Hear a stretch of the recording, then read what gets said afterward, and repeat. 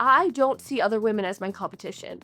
And I love to be around other women who support each other and want to grow our industry. That's a division I want to be a part of. I want to be a part of a group of women who are pushing the envelope and saying that we deserve more and we deserve more. Right now I've been able to take a ton of independent wrestling bookings and stay consistent in the ring because I also feel like the end of last year that was something I was lacking. I wasn't able to get in the ring on TV consistently. So when I was like, oh my god, I don't know how to wrestle anymore. I had to take a look in the mirror and say, this isn't the Virtuosa. I didn't give them the Virtuosa with the reputation I've been able to build for myself, and I really disappointed myself.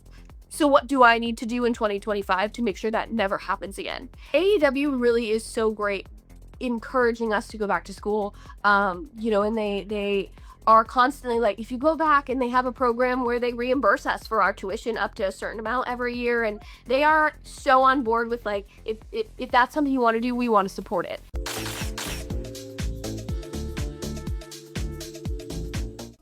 Hey guys, SoCal Val here. Welcome to Velvet Ropes on Wrestling News Co. You know, we have been asking you guys, who do you want to see step between the Velvet Ropes? And the fans have spoken. One of our fan favorites is here. Deonna Purrazzo, the Virtuosa, has landed. Hello. Hi, thanks so much for having me. Thank you for being here. You look gorgeous. Who are you wearing? How are you feeling? Lululemon, head to toe. Nay. What I'm a good. sponsorship. You look great. Everything been going well, I see. Yeah, no complaints. Steve and I are busy and trying to, just keep busy and do the damn thing, He's killing it right now. Yeah, you guys are both hustlers. Every time I see you guys, it's such a treat, and I see you everywhere. You're both hustlers, and we love that. But I have to say, I was lightly stalking you online, as one does, and I want to ask you about this Tunnel to Towers. You are running 5K. Oh my gosh, for a Yeah. very good cause. But can you tell the fans that are watching from home all over the world, like, what is this for? How can we help? Yeah, so Tunnel to Towers is an organization Steve and I have partnered with that supports our nation's first responders and our injured combat veterans. And so obviously Steve being a United States Marine Corps veteran, this is something like really close to our hearts. And to be able to partner with them, we had a PSA come out a couple months ago with them, just to ask people to donate. Go to t2t.org, and they ask people to donate $11 a month. All of those proceeds go towards paying off mortgages for families who have lost, first responders in the line of duty. The last thing a grieving family wants to do is worry about how they're going to pay their mortgage or how their bills are going to be paid. So Tunnel to Tower steps in and covers that for those families. Something that's really close to mine and Steve's heart is they're building veteran villages, and so they're trying to eradicate veteran homelessness, and they're buying up, old hotels and changing them into apartment buildings and giving veterans a place to live with the access to all of the medical needs that they might need to get back on their feet. They're able to live there for as long as they need, no questions asked. And so it's just a really great organization where this 5K, September 28th in New York City, will be the second event we're doing with them. And we're so excited about it. That is fantastic. I wanted to start with that because, for everyone that has social media, it can be tedious. We all have to promote what we're doing, but for you guys to be using your social media platform and your famous names for good, I applaud you. And we want to thank you for this service. That's amazing. So I have to tell you, before I even met you, and obviously it's true, your reputation is so stellar. All the girls that I know were like, singing your praises, Mickie James especially, and we on GAW TV. Now I hope you take this the right way. We had so maybe too much fun with of course, taking Mickey's side, Lisa and I, in our hilarious, eccentric ways, with your feud. Like, you and Mickie were so entertaining, and I just want to get your unfiltered thoughts on Yeah. Mickie and working alongside her for such a memorable feud that honestly, Lisa and I became wrestling fans all over again watching you guys. It was that Oh, entertaining. thank you so much. That's so complimentary to hear from both of you. I had so much fun because I think Mickey is genuinely a trailblazer for women in this industry.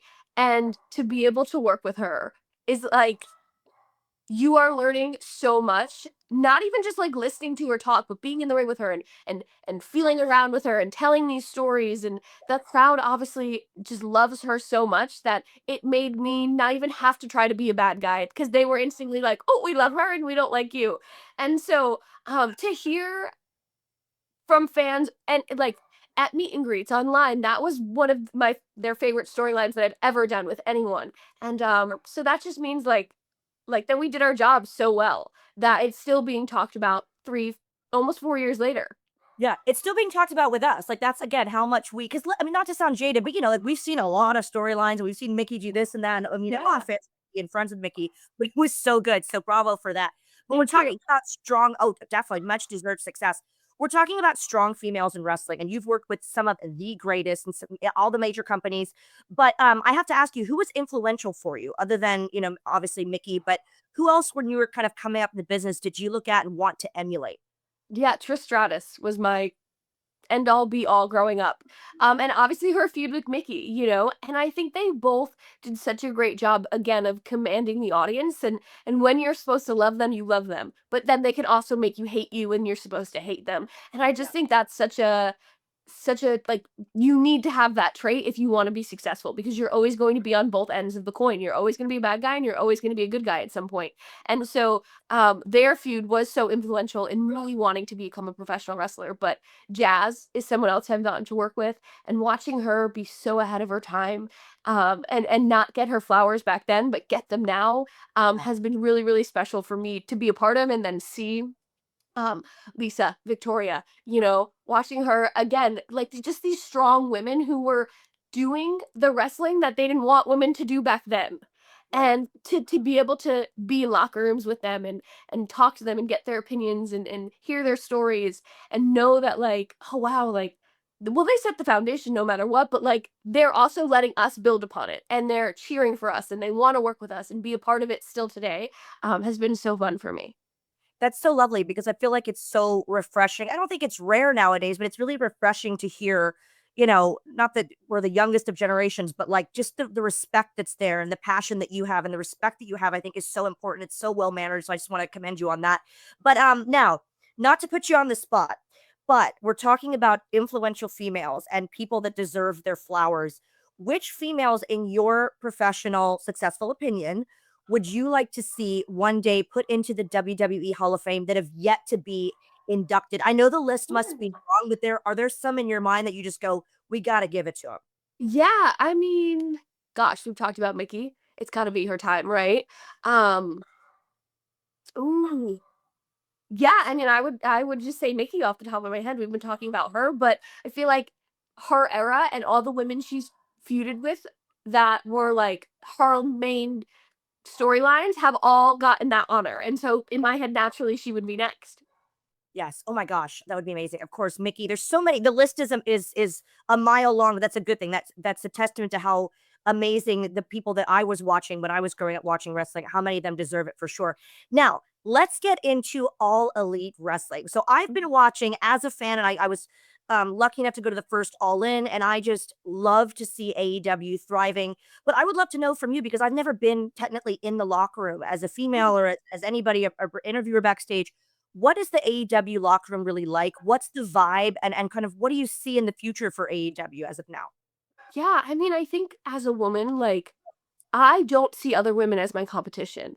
And I love to be around other women who support each other and want to grow our industry and our divisions together. And I feel like, especially when I first started AEW, that was kind of the vibe. It was like, okay, we're just on this upward trajectory and we need to keep pushing and pushing to tell better stories and pushing to get more time and telling them we want to work. Let us do everything. And we have seen that over the last 2 years that I've been there pay off. We've seen Tony Storm and Mariah May culminate in this like bloody catastrophe nightmare of a match, and people online were arguing that that deserved to be the main event. That's a division I want to be a part of. I want to be a part of a group of women who are pushing the envelope and saying that we deserve more and we deserve more. And so then you have Mercedes Monet who's killing it right now. And I mean, she's just always been a phenomenal wrestler, but is on a completely new level right now. And again, pushing for those boundaries to be broken. So I just hope that while I'm here, I can see women be the first main event.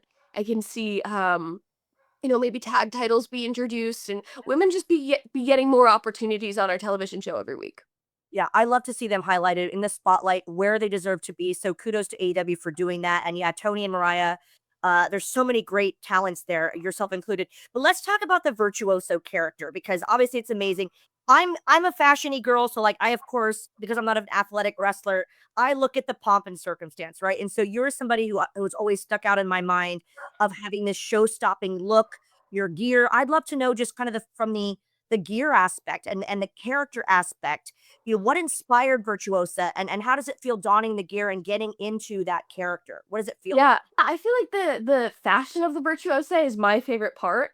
Because I feel like she's not this outlandish, over the top, like crazy character. She's very nuanced and she's very about the pomp and circumstance. She's very about like I'm better than you and giving those like elegant royal like bow down to me kind of vibes, without having to do too much. And so I've drawn a lot of inspiration over the course of my career from historical time periods. And I'm a big history buff. So I love the gothic Victorian fashion. And I loved after I won the knockouts championship in 2023, then I started wearing all those like crystal beaded capes, and it was like taking inspiration from the 20s and that like flapper outfits and things like that. So then my music, it's like it's a vibe, it's an orchestra. There's the violin heavily, but then you have all the other instruments in the background. And I feel like, yeah, it's all about it's not necessarily me coming out being like, I'm the virtuosa and being crazy. It's more like I'm here and I'm elegant and I don't need to say much because I'm better than you and I know it and you know it too. I love that. And I love the drawing on history. That's something that I was always very interested in as well. But now you did mention recently on a podcast that you thought maybe that the virtuosa character and the persona wasn't fully explained upon your AEW debut, which I mean, hey, for time constraints and you're new, what are the core elements of the character that you feel the audience you might want them to understand a little bit better from your perspective? Yeah, I think it's the whole presentation and it's me coming out there and them then having a reason not to like me. Because I can understand why someone's like, "Oh, you walk out and you're in a cool outfit and you got, music and you're walking out elegant," but there needs to be a reason why they don't like me. And you might not like me because I have resting bitch face and I look like I'm from Jersey and I look like I have an attitude, and I do, but like there needs to be layers to that. And I think that that's one of the main pieces that I've lacked. It's just that character development in storylines of not necessarily like who the virtuoso is, but how she interacts with her opponent, why she doesn't like this person, why she might have an alliance with that person. I think that we've missed seeing her interact with women in the locker room and then see it pay off on screen.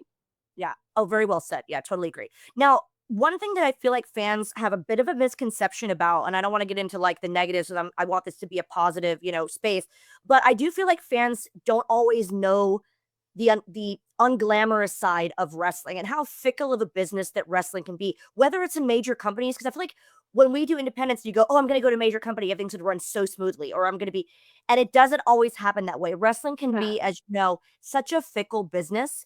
And with the career that you've had, which is tremendous, can you share perspective on how you maintain focus when perhaps like booking plans don't go your way or storylines can change unexpectedly?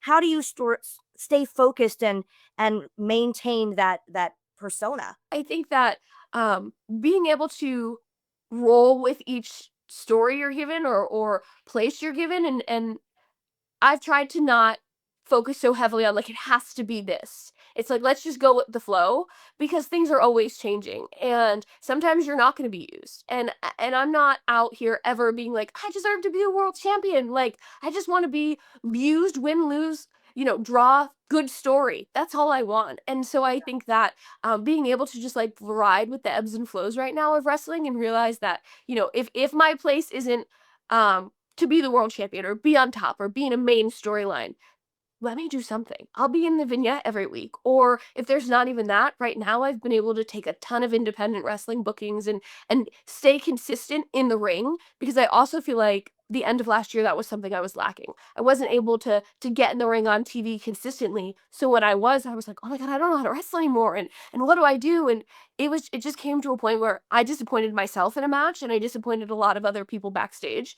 And I had to take a look in the mirror and say, "This isn't the virtuosa. I didn't give them the virtuosa with the reputation I've been able to build for myself, and I really disappointed myself. So what do I need to do in 2025 to make sure that never happens again?" And that's why I've loaded my schedule with independent booking. That's how I can control what I can control. Yeah. If an opportunity was to come up next week to be in a storyline with Mercedes or Tony or whoever it is at AEW, I know that I'm ready and I'm in my peak physical condition to get in the ring and do a good job again. And so that's kind of where I'm at. If like I just want to do anything and everything, and I'm gonna make it happen for myself, and I'm gonna wait for that call and know that when it comes, I'm ready. And you know what? Not that I'm a complete super Trish fan. I remember her saying this on season 1 of Tough Enough, but I'm gonna go there, and I've already told this to her face. She's like, "Oh my god, Val, you remember way too much stuff." I'm like, "Sorry." She does say preparedness meets opportunity, and that seems like the exact attitude that you have, and I love that. But it has to be a fine line. I don't care what business you're in, but probably especially wrestling, where maybe with age and with experience, you do speak your mind more. But is it a fine line to kind of like be ambitious and want to contribute, but also like, you know, are you saying too much? That's gotta be kinda hard, especially with, like, creative teams and stuff to pitch ideas, but also not, like, try to do someone else's job. I remember feeling like that in TNA where I wanna be, like, eager, but not speak my mind too much. That's hard for, I think, for women even more so than men. We're a little more Oh careful. yeah. Yes, and I feel like I have in my career like said way too much sometimes. And I'm a feisty Jersey girl. Like I get hot real quick and I have to make sure now that I'm not that 25-year-old girl in NXT who's like, "What the F is the problem?" I'm a 31-year-old woman who's like, "Hey, let's have a conversation and see where we can meet in the middle and get back on the same page." But I'm also at the point of like I don't want to be in rooms that I'm not wanted in. And so if we can't have that conversation, then I'll wait until you're ready to have it. And if you're not, then that's out of my hands too. I'm going to take care of all of my boxes that of things I can control and we'll see where it goes. Yeah, I love that, and I think that's really commendable. And speaking of commendable, you should be commended for the fact that you took it upon yourself, from what I've understood, to produce and pitch your own vignettes to help explain your character. Can you talk about the creative process behind those particular vignettes and the importance of advocating for your own personal character? I mean, that's got to take a lot of guts. Yeah, well, I feel like with the Virtuosa, it's something that, like, for the last 13 years, I've always gotten crap for, of like, we don't understand. And it was hard for me to understand that because I'm like, wait, this is like a legit word. There's a definition in the dictionary for this. And so the outright dictionary definition is just someone who possesses outstanding technical ability. Watch me wrestle. And there's the connection right there. But like I said, when I was in NXT, they were like, okay, it needs to go deeper than that. And I took it in like a really literal, I can stand here like a professor and spew all these big words and no one will know what I'm saying. Okay, but that doesn't connect. And then so when I came to AEW and like we talked about, it was, like, okay, I'm here. I'm a baby face, which is kind of weird for me. Tony Storm is this outlandish at the time was a bad guy, but like the crowd loved her. And so it wasn't the right time to explain who the Virtuoso was because I was just like a point in the story that they were getting to. And I Right. understand that. But come last summer when I was wrestling Thunder, it was like, oh, we're in a real feud here, and we've not introduced why you don't like me yet, other than I'm cheating when I'm in the ring, right? And so that's when I was like, I think now is the perfect time. We're building to a no disqualification match. We're building to a lumberjack match. Eventually, we got to a Texas bull rope match, which was the culmination of our feud. And it was like, this is the perfect opportunity to be creative and tell our story, but also tell my story. And so, yeah, I was just like, screw it. If I can't get someone to say, okay, we'll give you the team, we'll give you the crew, we'll use our production team. Because I also know like this is not a championship storyline. This is not, something that was building towards All In. It was always going to culminate before that. And so I think it's also important for people to have like that wherewithal of like, hey, where do I fit in the puzzle piece? And I'm not the priority. Yeah. And also then like, well, I have the means to do it myself. So I sat down with Steve and I sat down with the writer Robert Evans, who I worked with a ton at TNA throughout my whole time there, but had just been coming to AEW. And now he's here full time. But I was like, this is kind of my vision. I want like to embrace like a little bit maybe more mafiosa elements of me. They seem to really like this like Jersey girl aspect of me. Let's Yeah. lean into that. Also talk about art, talk about these dramatic situations with the flickering lights and the violin in the background and the wine. Make it artistic but also make it about the story we're telling and how I'm going to use this bull rope to paint a masterpiece with Thunder Rosa's blood. Right. um and I was just kind of like, well, it's worth the expense for me to try. And if they don't like it, they don't use it. And maybe there's something I can use myself out of it. But they turned around and they were like, this is gold. We love it. And they took all three of them and used them to build that story and then thereafter. So I was really, really happy that they were so receptive to it, but I thought it started to put those pieces together for me with the audience of okay, we understand who she is and pieces of why we don't like her.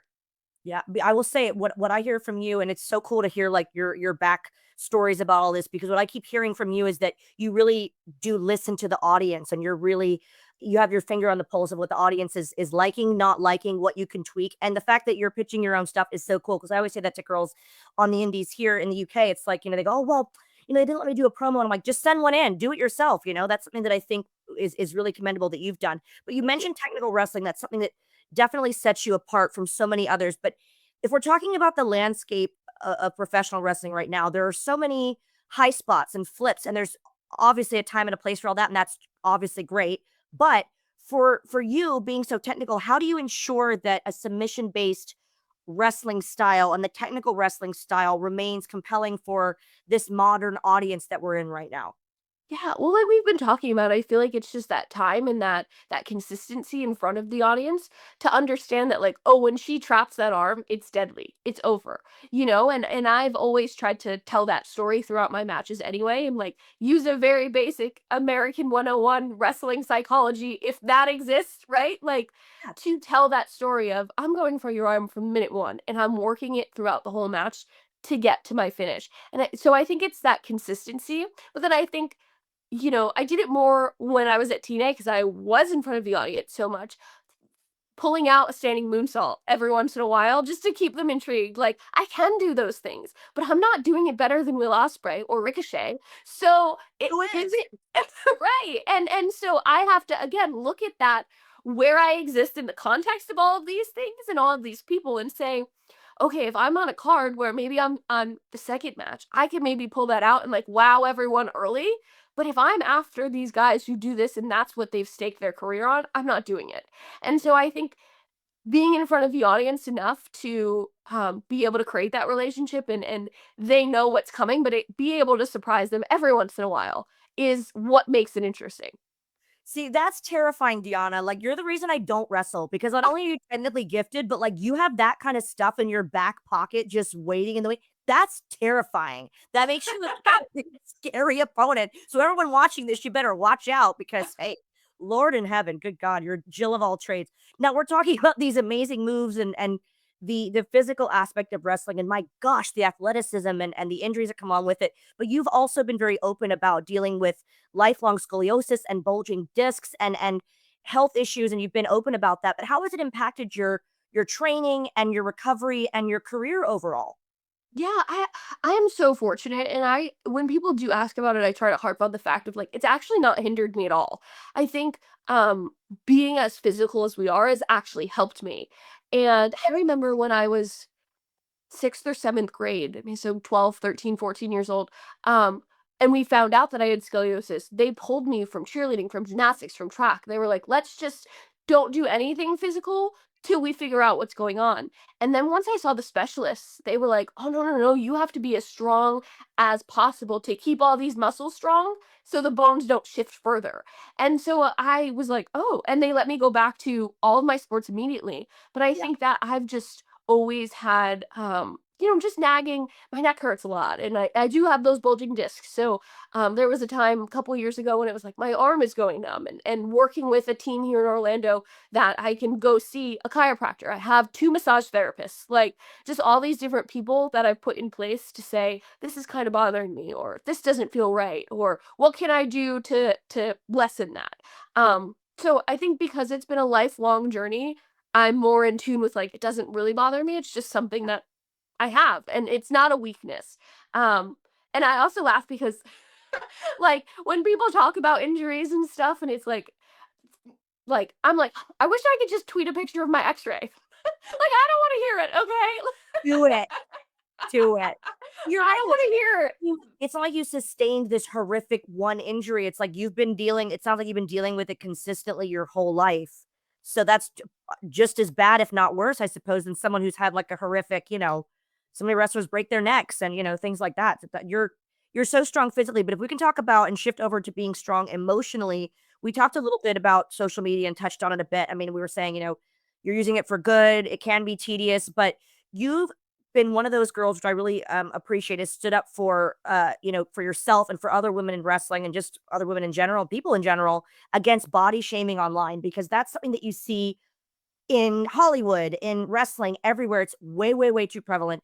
But what is your message to aspiring wrestlers or just people online to navigate through public scrutiny and maintaining self confidence? Because it's not easy, and you're using your platform for good, but there has to be a pressure of like, for every 30 comments that are nice, you'll see one person that's rude, right? How do you deal with Oh, that? How yeah. do you maintain your composure?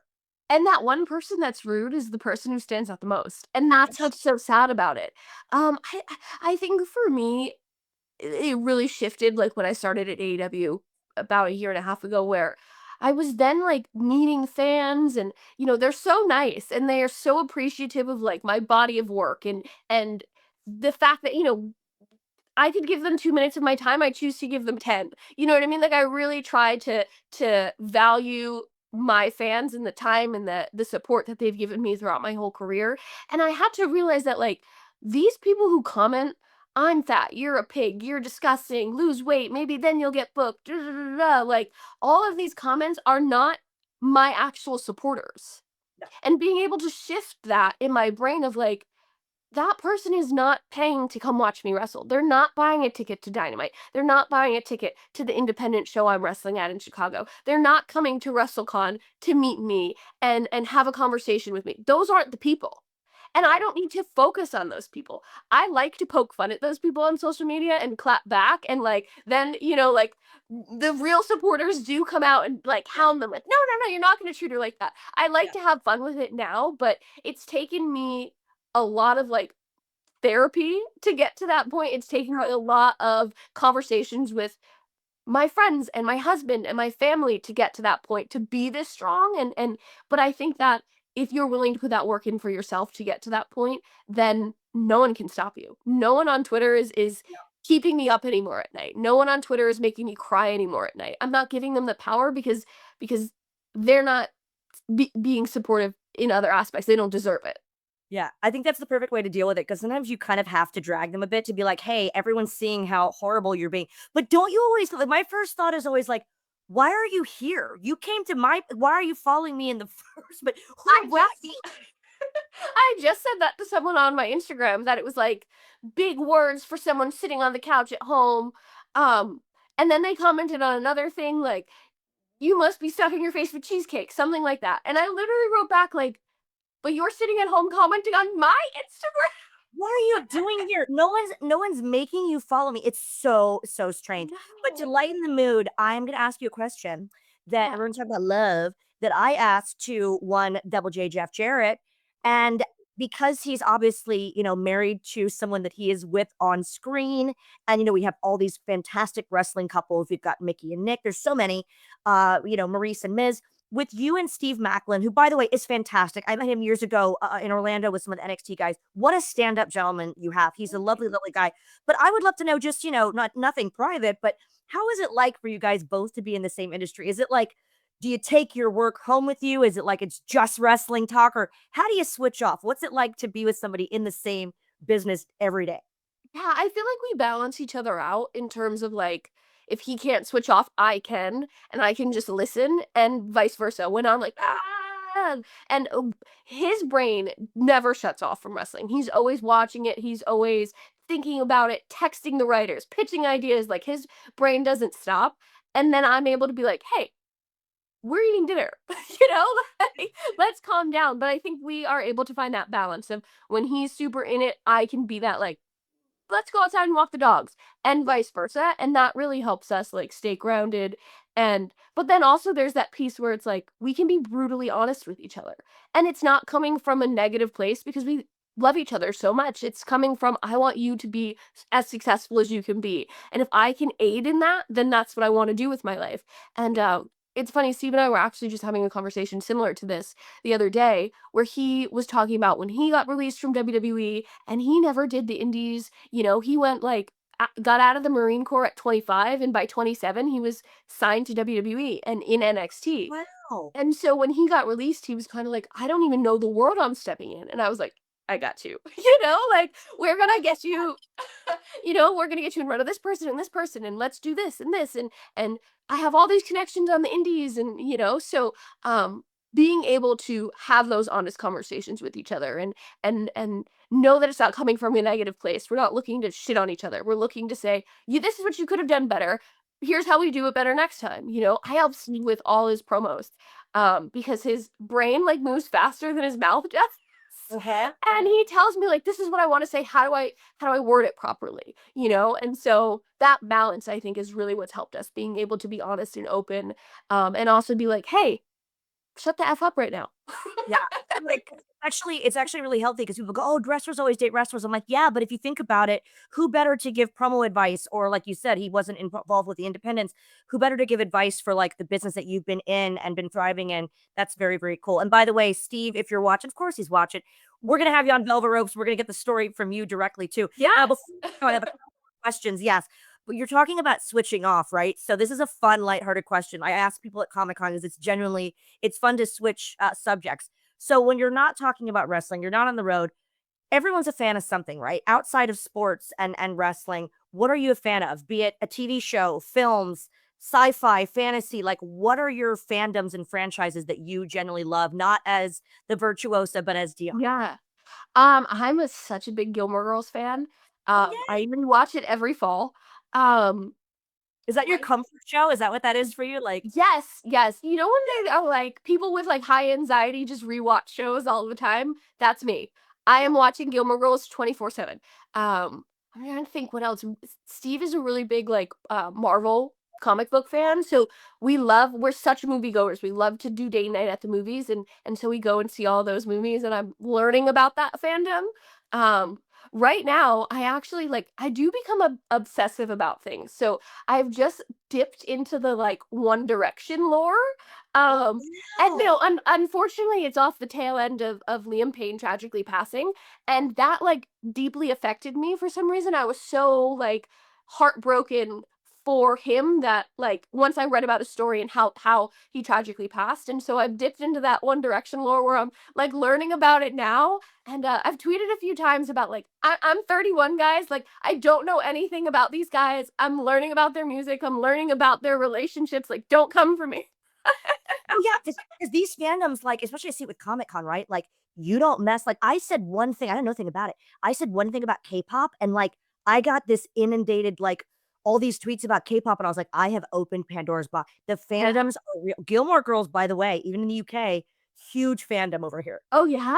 Oh, Massive. such a And good by the show. way, of course, Steve Maclin likes Marvel. He's like a modern day Captain America. This makes perfect sense. Yes, yeah, that's exactly what he's going for, Captain America or Punisher. Yeah. I also am in school, so, I mean, I kinda aids to the Virtuosa a little bit, but I'm working on my master's degree in political science. Okay, see, beauty and brains, that is education. Thank Honestly, you. my mom always said, like, people need, like, a focus outside of their main career, so kudos to you. I remember Austin Creed I was calling him Creed, Austin, Xavier Woods was, like, becoming a doctor while he was in TNA, and I'm like, "What?" It's so cool to me when people because listen, what you do and you're, under it's you're consumed with what you do, so to have anything outside of it to study, kudos to you. Absolute Yeah. awesome.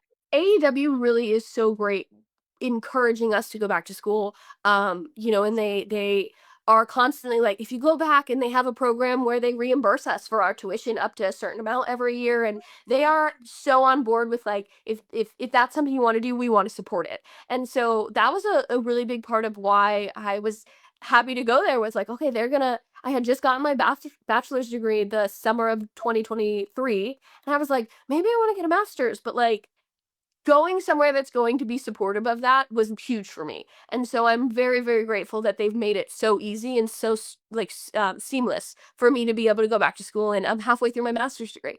Oh my god, congratulations, and by the way, kudos to AEW. I had no idea. Tony Khan, you little sweetie pie, isn't Yeah. I Yeah. loved your that it's really Huge. refreshing and great. Well, just one question before we go, and I'm gonna end on a very deep note because you're now in Oprah's chair, apparently. I would love to know, Miss Deonna, When you look back on your illustrious career and all your much deserved success and accomplishments, what do you want the fans to know as your legacy? What do you want the legacy of the Virtuoso to be? Um, I think that I want it to be that I was always, like, true to myself, that no level of, like, success or, perceived power or anything like that had changed who I am. I had a friend who said this to me a few years ago, right before I got married, that, like, the person I met in 2013 is the same person sitting across the dinner table from me today, and that was, like, the biggest compliment I've ever been given because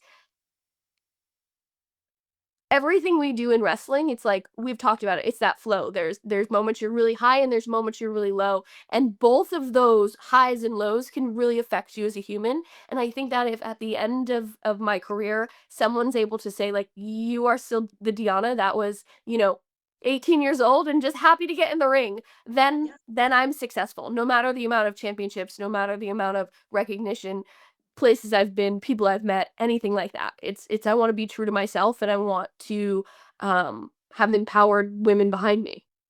Wow. Well, I just want to say this is the most I've actually gotten to know you, and I'm really honored to know that our females in wrestling are so well spoken, so ambitious, so as you said earlier, like you're focusing on different things, and you really have a great head on your shoulders. So I'm wishing you continued success.